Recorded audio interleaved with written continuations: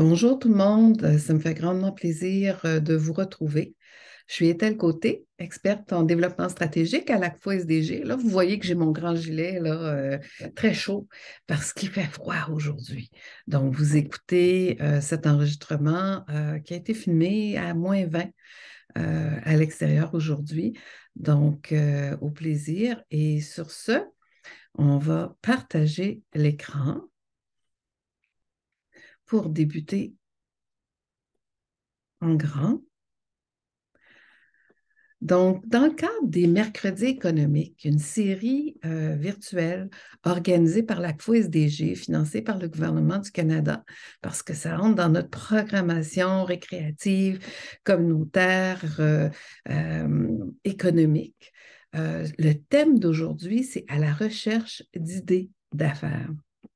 J'ai mis d'idées au pluriel parce que très souvent, il faut trouver plus d'une idée, avoir plus d'une idée en tête, puis après ça, vraiment entreprendre notre démarche pour trouver l'idée la faisable, viable, rentable. Donc déjà, on a filmé le 7 décembre, on a partagé en ligne le premier webinaire, Démarrer une entreprise en Ontario, au Canada.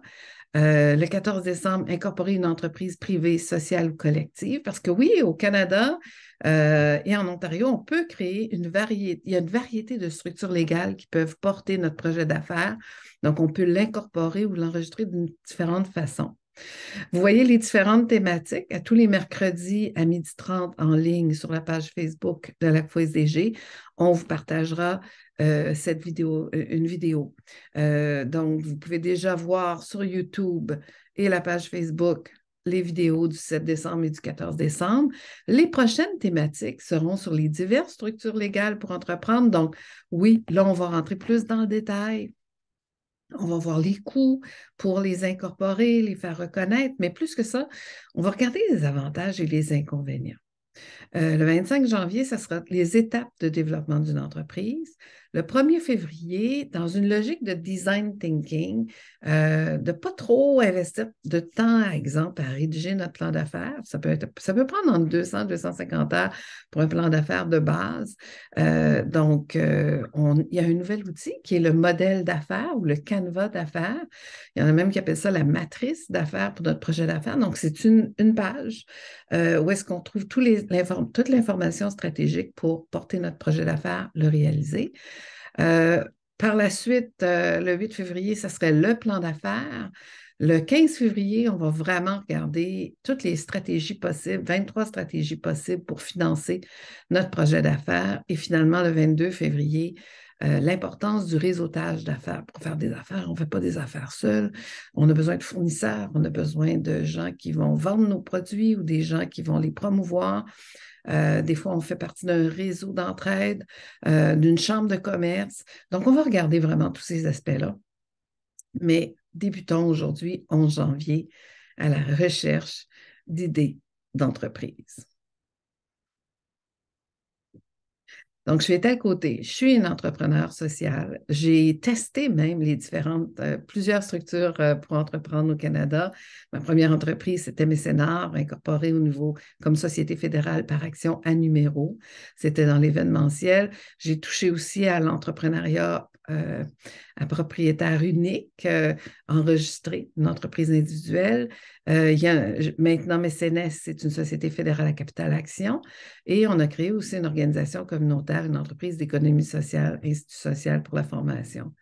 Mais ce qui est vraiment intéressant, c'est que j'essaie de vous partager mon savoir, mon savoir-faire, mais je m'inspire aussi de ressources qui existent extraordinaires, que ce soit la Société économique de l'Ontario, au Conseil de la coopération de l'Ontario, ou plein d'autres ressources planétaires grâce à l'Internet. Maintenant, il y a plein d'outils, de ressources, de guides sur l'Internet. Et j'essaie de vraiment, dans le cadre de ces présentations-ci, être succincte, juste, puis vraiment essayer de vous aider puis de démystifier tout ça, parce que oui, tout le monde peut entreprendre. Donc, l'objectif de cette session, c'est comment trouver une bonne idée d'affaires qui va réussir. Tu sais, on peut avoir plein d'idées, mais on peut se casser la gueule. Quelles sont les opportunités d'affaires à développer hein, dans 2023 et pour les prochaines années, parce que si on s'investit à développer notre entreprise, on veut que ça dure, hein. Quelles sont les demandes du marché présentement pour trouver encore là la meilleure opportunité? Puis sans marché, ben, vous ne pourriez pas faire long feu, hein. Vous ne pourriez pas vendre vos services ou vos produits. Donc, il faut vraiment confirmer qu'il y a un marché, pas juste aujourd'hui, mais pour les prochaines années à venir. Quelles questions qu'on devrait se poser? Donc, je sais qu'une prochaine session, on va vraiment regarder toutes les étapes de développement, mais ceci, c'est un petit schéma où est-ce qu'on montre qu'il y a genre trois phases. La phase où est-ce qu'on explore, qu'on étudie, on fait peut-être même un petit pilote sur notre produit ou notre service, la phase de mise en œuvre, de réalisation, puis la phase de gestion de l'exploitation de l'entreprise. Donc, c'est sûr que c'est à la phase 1, dans les premières étapes, qu'on veut trouver la bonne idée d'affaires. Et si on part seul en affaires, on n'a pas besoin de convaincre les membres de notre équipe, mais si on veut partir en collectif, sous forme coopérative ou d'entreprise d'économie sociale, organisation communautaire en affaires, ben, il va falloir que cette idée-là soit partagée par tous les membres de l'équipe. Oui, chaque projet d'entreprise commence par une idée. Souvent, les gens vont regarder ce qu'ils font déjà bien, leur expérience de vie, leur expérience d'affaires, leur expérience de travail. Ils vont regarder leur savoir-faire. C'est sûr que on s'amuse à rêver, hein? Donc, on va fouiller dans notre imagination pour trouver une idée qui nous motive, qui nous intéresse, qui nous porte. L'idée d'affaires démarre souvent au départ d'une intuition. Tu sais, on a l'impression là, que ça va vraiment répondre à un besoin. Peut-être même qu'on en a nous-mêmes besoin, puis que là, autour de nous, plein de monde disent oh mon Dieu, si ça existait, je l'achèterais. Puis, ou d'un désir qui s'approfondit avec le temps. L'idée en soi, tu sais, une idée, là, écrire quelques mots sur un bout de papier, puis dire ça, c'est notre idée d'affaires, ça n'a pas de valeur. Mais l'idée, elle doit être exploitable. On doit pouvoir pas juste la rêver, on doit pouvoir la développer, la mise en œuvre, la mettre en œuvre. Avoir une vision claire, pas juste pour aujourd'hui, le développement, la gestion, la mise en œuvre, l'exploitation, mais dans les prochaines années aussi, qu'est-ce que ça peut faire, cette entreprise-là?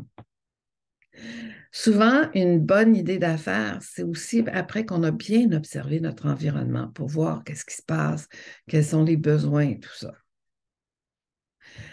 Peut-on entreprendre sans idée? Ben oui. Plein de monde peuvent entreprendre sans idée comme telle, sans idée nouvelle. Ils peuvent reprendre une entreprise déjà existante. Ils peuvent acheter une entreprise déjà existante. Ils peuvent devenir partenaire de quelqu'un qui avait déjà une idée puis qu'on trouve que l'idée est intéressante. Mais les opportunités d'affaires sont partout autour de nous. Et ça, c'est une des premières qualités qu'il faut développer si on veut être entrepreneur, c'est d'être capable de développer nos antennes pour les repérer, les opportunités d'affaires. Pas juste pour l'idée d'affaires, dans le fond. Ces antennes-là peuvent nous aider à trouver des partenaires, à trouver du financement, à trouver des clients et des clientes, à se positionner sur le marché. Donc, la toute première étape à traverser lors du démarrage de votre entreprise est d'avoir une idée brillante. Donc, comme je le dis souvent, c'est pourquoi pas faire un remue-ménage, puis trouver une variété d'idées qui nous animent, qui nous intéressent, puis de cette liste-là, ben, trouver l'idée qu'on trouve vraiment intéressante, dans laquelle on a le goût de s'investir. Entre nos compétences, nos aspirations, les besoins du marché, une idée brillante peut devenir un projet et par la suite une entreprise, une opportunité d'affaires à ne pas manquer. Donc, c'est pas mal dans la jonction de tes compétences, ton expertise, ton vécu, tes motivations, ce que tu as le goût de faire dans la vie, le problème que tu as le goût de régler, puis les besoins du marché. L'idée versus opportunité. Une opportunité d'affaires est donc une idée, oui, qui a passé plusieurs tests de faisabilité. Donc, souvent, on va prendre l'idée, on va faire une étude de faisabilité, on va confirmer qu'il y a un potentiel, que ça vaut la peine de s'investir davantage. On va regarder un petit peu, est-ce que j'ai les ressources pour réaliser ce projet d'affaires-là ou quelles seraient les ressources autour de moi, que ce soit en formation, en accompagnement, en financement ou autre, pour réaliser ce projet-là. C'est une idée qu'on va prendre le temps de la planifier. Donc, c'est là qu'on va prendre le canevas d'affaires qu'on va regarder plus tard dans une autre session, mais aussi le plan d'affaires. Puis si on est une équipe on n'est pas seul à partir en affaires, mais on part avec un partenaire ou un collectif, 2, 3, 4, 5 personnes. Bien, il faut s'assurer que l'idée n'est pas juste portée par une personne du groupe, mais qu'elle est compatible, qu'elle est portée par l'ensemble de l'équipe, l'ensemble du groupe. Les opportunités émergent aussi souvent des changements dans la communauté. Bon, il y a 30 ans, puis si on regarde ce qui se passait dans la communauté et aujourd'hui, ce qui se passe dans la communauté, bien, il n'y a pas les mêmes changements qui se passent. Aujourd'hui, on parle beaucoup plus de vieillissement de la population. On parle d'augmentation de gens, de nouveaux arrivants. On parle de plus en plus d'une conscience environnementale. De plus en plus de consommateurs, consommatrices regardent d'où vient leur produit, l'impact sur l'environnement, la planète, les personnes, est-ce que ça crée de l'emploi local? Une autre chose qui peut se passer dans notre quartier, puis surtout le lendemain d'une pandémie, on a encore les deux pieds dedans, là, c'est un ralentissement économique des entreprises qui ont fermé leurs portes, mais qui répondraient, si on les recréait, répondraient toujours à un besoin. Donc, des règlements qui auraient peut-être changé, des politiques qui auraient peut-être changé, même des lois qui auraient peut-être changé, qui créent une opportunité de changement. Puis la technologie. Hein, la technologie, c'est pas juste des robots, c'est pas juste des ordinateurs, c'est pas juste des manufactures, c'est aussi tout le commerce en ligne qu'on peut faire maintenant. Pendant la pandémie, si on n'avait pas eu ces innovations-là technologiques, quelques années auparavant, ben, beaucoup d'entreprises auraient fermé leurs portes pendant la pandémie. Au contraire, la pandémie a comme créé un boost de vraiment mettre en œuvre nos innovations technologiques pour faire du commerce en ligne, puis plusieurs ont quand même développé leur entreprise. Une idée d'affaires peut aussi être carrément répondre à un problème qui existe dans la communauté, un problème à résoudre, un besoin qui est insatisfait. Comme exemple, dans un petit village, il n'y avait toujours pas d'épicerie, mais que le village, à travers les années, s'est agrandi, qu'il y a de plus en plus de familles, qu'il y a de plus en plus de gens de différents âges.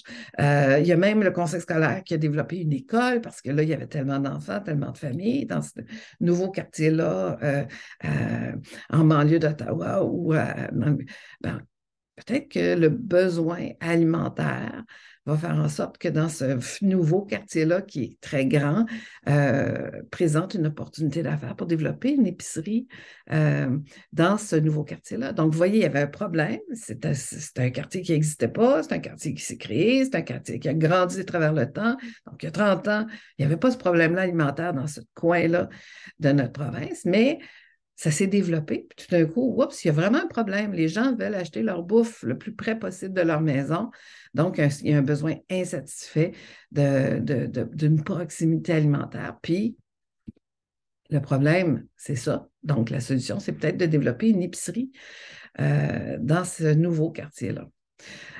Cette dame-là a dit, j'aurais aimé qu'il existe une garderie près de mon lieu de travail, de sorte que je ne perds pas plus de temps en amenant mon fils et en allant le chercher.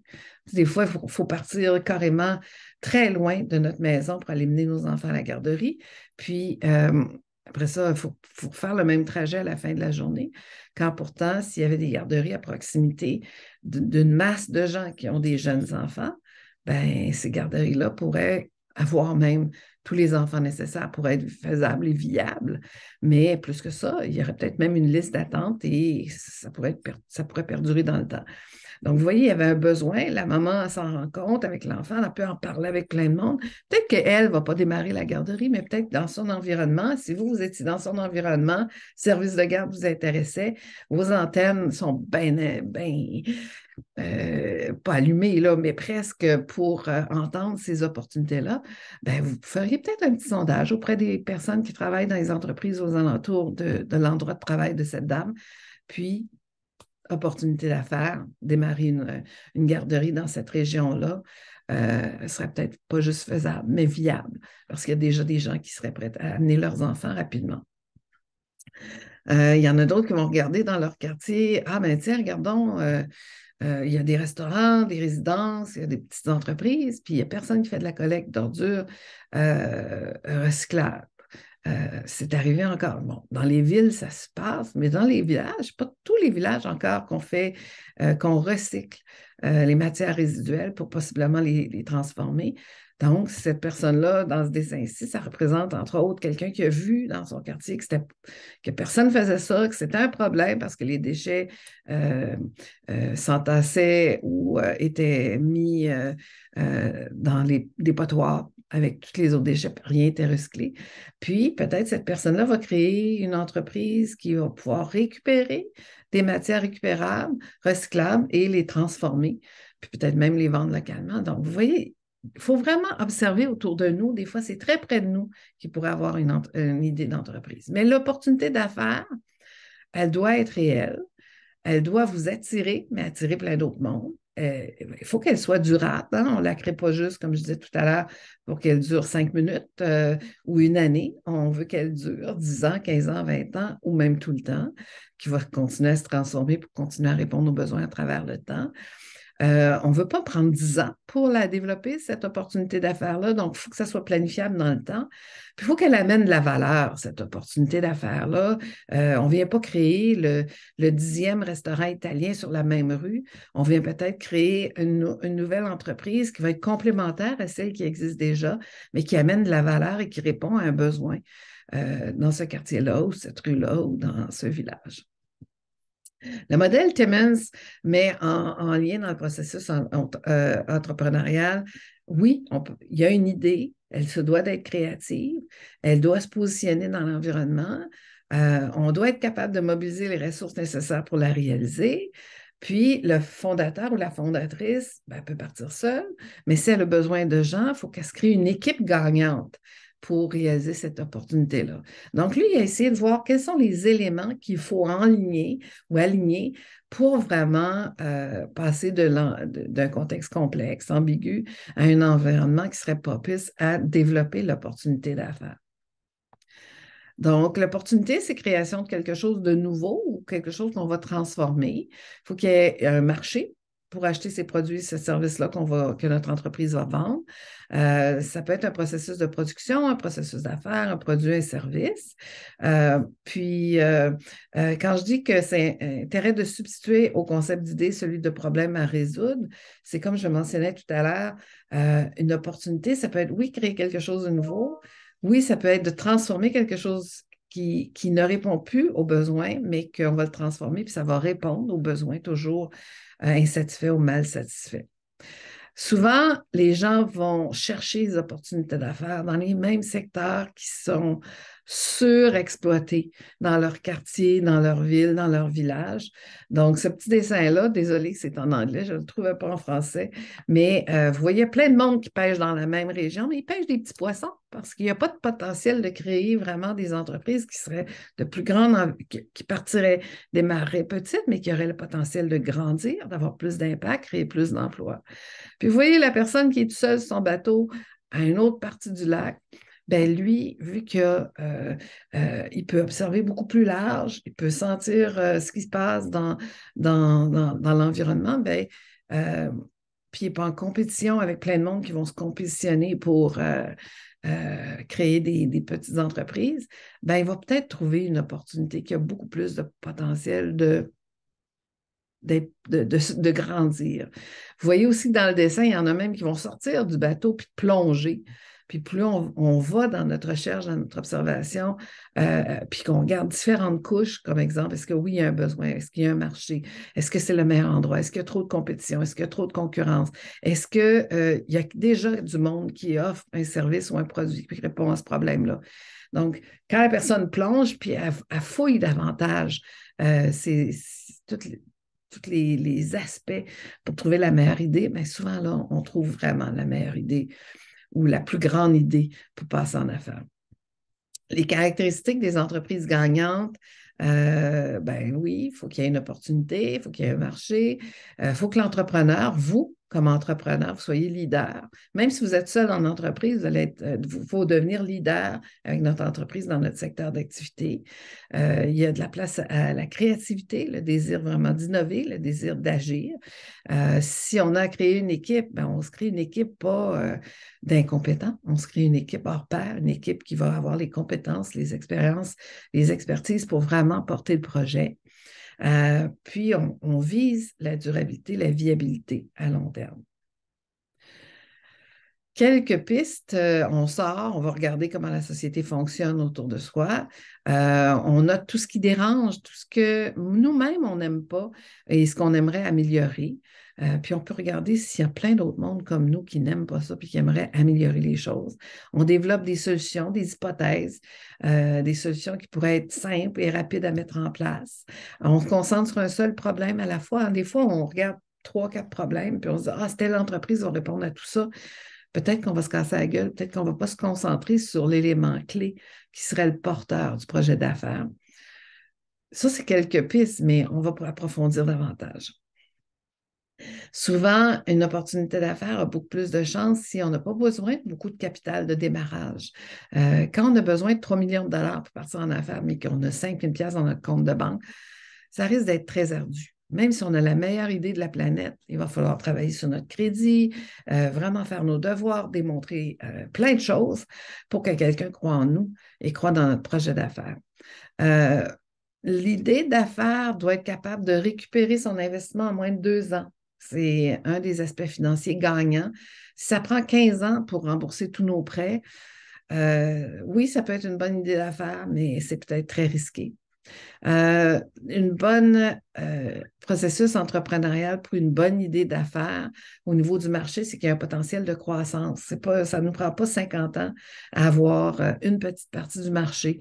On est capable rapidement, dès qu'on se lance, on a fait de la promotion, on va chercher 20 % du marché. L'année après, il y a une augmentation.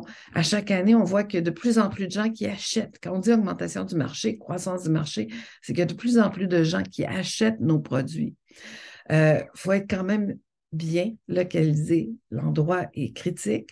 Et maintenant, plus que jamais, d'être aussi en ligne, c'est critique aussi. Il faut que les clients et les clientes soient capables de nous rejoindre pour acheter les produits, que ce soit en mode virtuel ou en mode présentiel.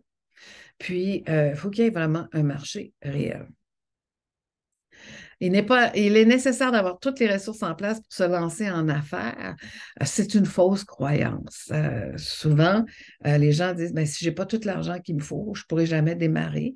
C'est pas vrai. Il faut être capable de démontrer qu'on va investir dans notre projet en temps, en énergie, en ressources, aussi financières. Mais même si je n'ai pas tout l'argent, si j'ai un bon projet d'affaires, si je passe à travers les étapes de développement, si mon plan d'affaires démontre la viabilité de mon entreprise et mon investissement et la mobilisation des partenaires, mon savoir-faire pour réaliser ce projet-là, ben non, on peut lancer notre idée d'affaires et même si on n'a pas tout le financement nécessaire. L'argent et les autres ressources sont à la remorque des opportunités.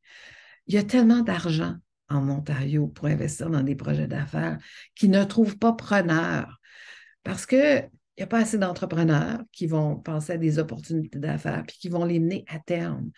L'argent et autres ressources sont à la remorque des bonnes opportunités. Donc, les investisseurs ont de l'argent à investir, mais il n'y a pas assez de monde qui porte des opportunités. Puis nous, il faut trouver la meilleure idée d'affaires, la meilleure opportunité d'affaires pour réussir. Puis après ça, entreprendre la démarche pour mobiliser les ressources. L'argent n'est pas une fin en soi. Processus entrepreneurial, toujours, il est bon à savoir, il y a peu de bonnes idées pour tout l'argent que l'on cherche à investir. Il manque de bons et de bonnes entrepreneurs. Le timing est crucial pour se lancer en affaires. Puis l'ingrédient clé en affaires, c'est toujours l'équipe de gestion. Donc, si nous, on est seul en affaires puis on gère notre entreprise, bien, il faut être multidisciplinaire. Si on lance et qu'on embauche des gens, il faut s'assurer d'aller chercher les compétences complémentaires à nous pour réussir. Donc, si on a, là, je vous ai partagé plein des éléments, mais si on a une idée, est-ce que notre idée est réellement une opportunité d'affaires? Pour savoir, explorons ce qui peut transformer une idée en opportunité et finalement en entreprise. Ça, c'est un outil qu'on avait développé, qu'on avait trouvé et qu'on avait intégré dans le guide de la roue du développement. C'est l'entonnoir du développement d'une entreprise. C'est un peu comme je vous disais tout à l'heure, on peut faire un remue-ménage de toutes les idées possibles. Puis là, on va s'identifier certaines questions. Donc, on les met toutes dans l'entonnoir, puis vous voyez, on va peut-être partir avec 5 à 10 idées. On va se poser des questions sur les critères de sélection qui feraient qu'une idée serait meilleure que l'autre. Est-ce qu'on veut créer plus d'emplois? Est-ce qu'on veut avoir de l'impact dans la communauté? Est-ce que ça répond à un besoin de la communauté, du marché? Est-ce que le marché, les clientes sont assez clairs? Est-ce qu'on est proche d'eux autres? Donc, tu sais, ça, c'est des questions qu'on va se poser, des critères qu'on doit vérifier. Puis là, on va peut-être partir de 5 à 10 idées, puis éventuellement, il va nous rester une ou deux idées. Puis là, idéalement une, après avoir passé à travers toutes nos étapes, d'avoir des critères de sélection, de faire une préfaisabilité, faisabilité, puis éventuellement le plan d'affaires sur l'idée d'affaires la plus viable et durable. Donc, comment établir des critères d'évaluation? Il peut y avoir des critères sociaux, hein? Sinon, on veut avoir un impact positif sur la communauté. On veut créer des emplois locaux. Donc, ça, c'est un critère socio-économique qui a la création d'emplois de gens de notre communauté. Mais on veut aussi donner des salaires durables, des salaires décents, donc de bons salaires pour le travail. On ne veut pas non plus exploiter nos gens. On veut créer des emplois décents, donc côté social. Puis, au niveau économique, avec des salaires adéquats. On peut se servir de cet outil qui avait été créé déjà il y a longtemps, hein? Je pense qu'il y a une trentaine d'années, mais qui est toujours pertinent. C'est très simple. On écrit nos idées d'entreprise. Ça pourrait être dans l'entonnoir, la première étape, puis nos critères de sélection. Donc, c'est vraiment un tableau qu'on a fait à Hearst avec un groupe qui rêvait de démarrer une entreprise d'économie sociale. Les gens disaient, ah, il n'y a pas assez de garderies dans notre région. Il n'y a pas de bonne boulangerie, il y a juste l'épicerie qui fait du pain, mais ce n'est pas une vraie boulangerie. Il n'y a pas d'agence d'emploi, il y a de plus en plus de gens qui cherchent de l'emploi. Il y avait la problématique du recyclage des matières résiduelles dans cette communauté-là. Compagnie de construction, de réhabilitation. Il dit, ah, il y a un potentiel de construire, de plus en plus d'intérêt à rénover des maisons ou en construire. Il y a des organismes communautaires, puis là, il disait, ben, il manque de capacité à rédiger des demandes de subventions réussies. Compagnie météorologique, agence de soins de santé à domicile. Il dit, ah, notre communauté vieillissante, on n'a pas d'hôpital, puis on aimerait ça créer une clinique de santé à proximité, bilingue, pour que les francophones aient accès aux services. Donc, vous voyez, là, j'ai rajouté d'autres idées là, pour montrer la diversité d'idées qu'on pourrait avoir. Puis dans les critères de sélection, embauche des membres à la faible revenu, si on veut créer des emplois pour des gens qui ont peu de revenus, puis les sortir de la pauvreté, requiert un capital de démarrage minime. Donc, pour nous, ça peut être dire, ben, j'ai peut-être 25 000 à mettre dans mon entreprise, mais j'aimerais ça qu'avec 50 000 être capable de démarrer cette entreprise-là. Donc, c'est un capital de démarrage minime. Donc, ça, on peut l'identifier comme critère. On veut que ce soit une entreprise que je peux créer dans ma communauté. Donc, il ne faut pas que j'aille dans une autre communauté ou à l'autre bout de la ville d'Ottawa ou à l'autre bout, tu sais, je suis à Cornwall, puis je vais aller créer l'entreprise à Hawkesbury, ben c'est un peu trop loin. Donc, situé dans ma communauté, ça pourrait être un de mes critères. Atteindre son seuil de rentabilité dans la première année d'opération. Donc, on veut avoir autant de revenus que de dépenses, arriver kiff-kiff dès la première année. On ne veut pas traîner ça pendant 3-4 ans. On n'a pas nécessairement les reins assez solides pour continuer à investir trop longtemps. On est capable pendant 1 an, mais pas nécessairement plus. Donc, on aimerait vraiment arriver kiff-kiff à la fin d'année, puis que l'année suivante, on fait des surplus. Ne fait pas compétition à des entreprises existantes de la communauté. Ça peut être un de nos critères. Donc, vous voyez les genres de critères qu'on pourrait écrire. Puis, le truc, c'est pour chaque entreprise, notre idée d'entreprise qu'on avait, puis toutes nos idées d'entreprise, mais on évalue 0, l'initiative ne répond pas aux critères, 5, l'initiative répond pleinement aux critères. Et à la fin, on fait juste un total. Écoutez, moi, je me suis servi de cet outil-là avec des étudiants, avec des gens qui portent le projet, des collectifs, des groupes de gens qui voulaient entreprendre, des organisations qui voulaient entreprendre. Puis à la fin de la journée, il y avait un coup de cœur. Comme exemple, ici, mettons que c'était le centre de recyclage. Ils disaient, ah, c'est celle-là qu'on veut absolument réaliser. Et quand ils faisaient, avec leurs propres critères d'évaluation, de sélection, ils les appliquaient à toutes leurs idées d'entreprise, c'était peut-être pas l'entreprise qui scorait le plus haut, qui avait une évaluation la plus élevée. Et ça a permis aux gens, encore là, dans une première évaluation, de ressortir les entreprises qui avaient peut-être plus le potentiel. Donc, voici le tableau vide. C'est facile à reproduire, c'est facile à faire.